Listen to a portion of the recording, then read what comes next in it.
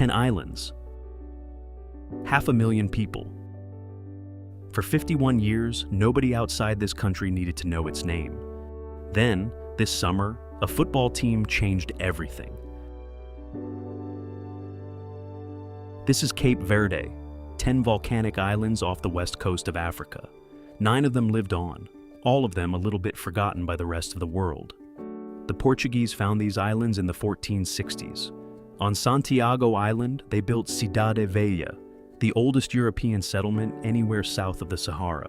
For centuries, that made Cape Verde a crossroads, and, tragically, a hub of the transatlantic slave trade.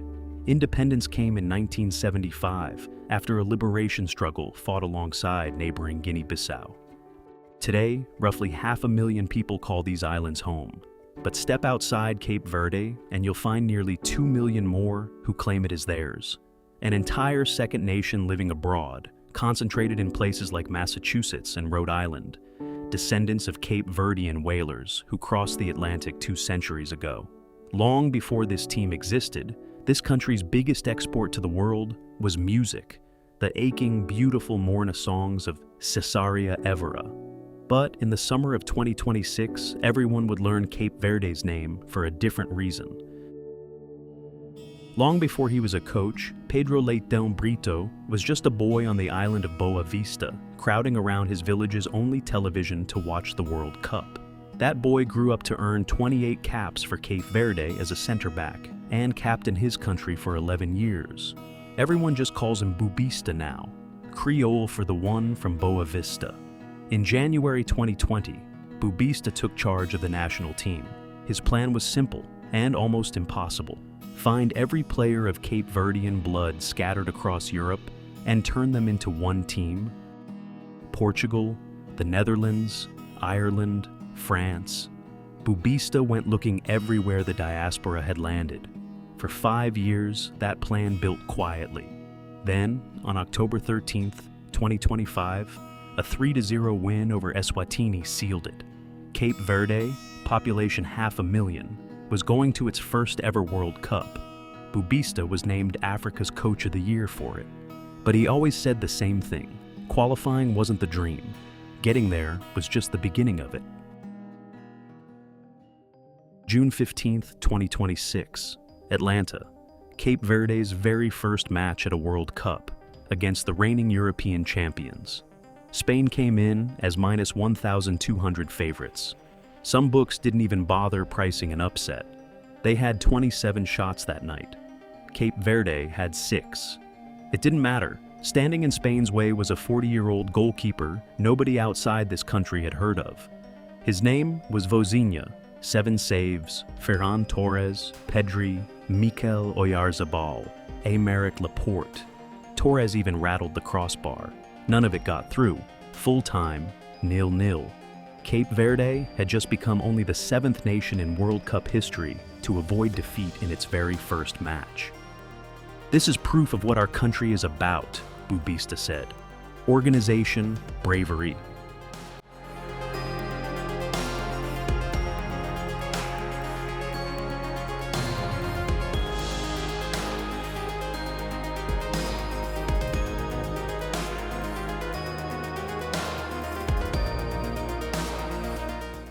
But the biggest moment of that night didn't happen on the pitch at all. After the final whistle, Vozinha said something that had nothing to do with football. His mother wasn't there. She couldn't get a visa in time to see her son play in his first World Cup. Cape Verde was one of nearly 50 countries whose citizens faced a steep US visa bond just to enter the country, in some cases as much as $15,000. The requirement was lifted for World Cup ticket holders from a handful of those nations, including Cape Verde, but it came late, too late for some families. Vozinha's mother, Ana Candida Evora, had never once left Cape Verde. She didn't even hold a valid passport. Then, U.S. House Democratic leader Hakeem Jeffries stepped in, personally contacting the State Department to help resolve it. 2 days before Cape Verde's second match, Ana Candida Evora boarded a flight out of her home country for the very first time in her life. She was going to see her son play in a World Cup. June 21st, Miami. 64,000 people in the stands. Two-time World Cup winners standing in Cape Verde's way. Minute 21. Kevin Pina steps up from 30 yards out and puts it through the wall, bottom corner. Cape Verde's first ever World Cup goal. Minute 44. Uruguay claw one, back off a scrambled rebound. Stoppage time, first half.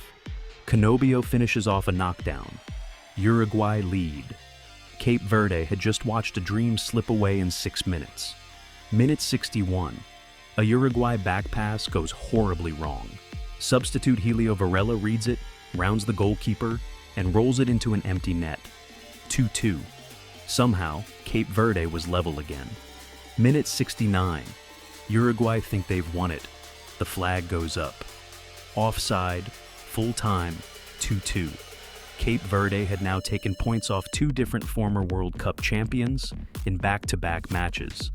And in the stands that night, for the very first time, was somebody new. When Uruguay thought they'd scored, before the offside flag even lifted, the crowd was already chanting one name. Vozinha. His mother was watching.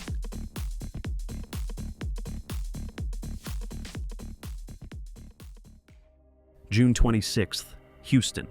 The permutations were complicated, but the mission was simple. Avoid defeat, and Cape Verde goes through. For 89 minutes, nobody could find the net. Vozinha made sure of that. A header turned away before halftime, a diving stop in the 66th minute, another in the 92nd, just to see it out. But the whistle didn't end the wait. Word had to arrive from another stadium first. Spain had beaten Uruguay. Group H was final. Cape Verde was through. What happened next wasn't really about football anymore.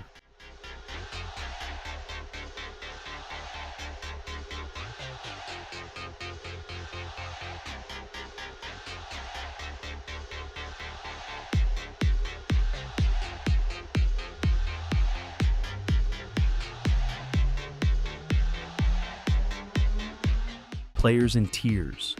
Boa Vista, wrapped in the Cape Verde flag, lifted onto his players' shoulders.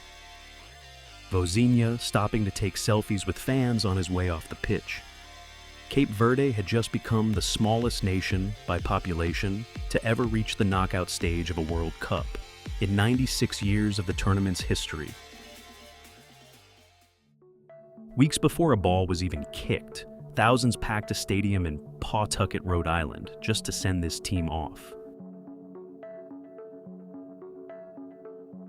In Boston's Dorchester neighborhood, home to one of the largest Cape Verdean communities anywhere outside the islands, they marched in the streets. Because here's the thing about Cape Verde. There are more Cape Verdeans living outside the country than inside it, almost 2 million of them, worldwide. For many of them, this wasn't just a football story. By their own account, it was the proudest national moment since independence itself. And the timing made it even bigger. This whole run landed right around Cape Verde's 50th anniversary of independence from Portugal. By the time the group stage ended, Vozinha's Instagram had gone from 50,000 followers to more than 15 million. July 3rd, Miami, round of 32. Lionel Messi, the defending champions, the biggest stage this team had ever stood on. Minute 29, Messi collects a ball over the top, one touch, and lifts it over Vozinha. His 20th career World Cup goal. An 8th straight World Cup match with a goal scored. Nobody in the sport's history had ever done that. Cape Verde had trailed for a total of 16 minutes across their entire World Cup. This felt different.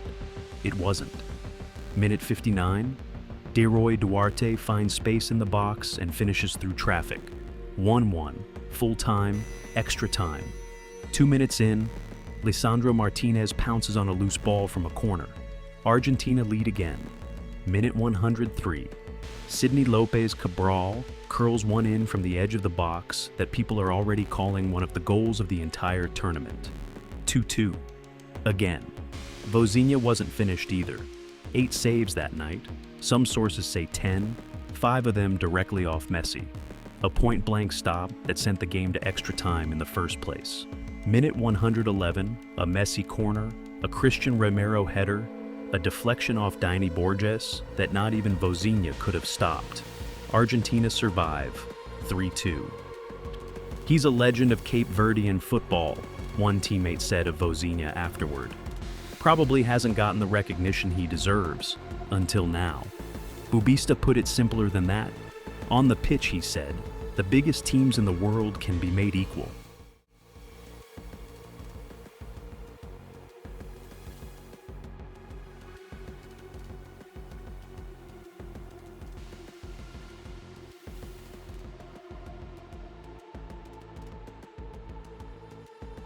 Cape Verde didn't win that night, but by the time the final whistle went, nobody watching believed they'd lost either.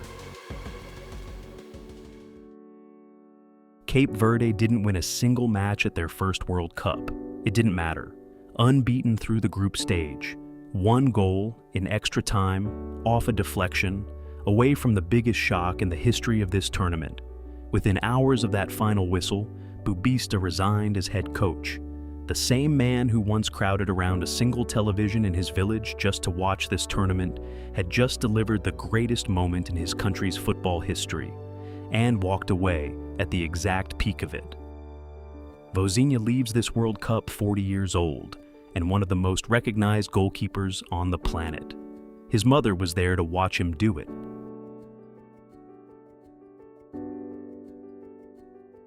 Nobody has to wonder where Cape Verde is anymore.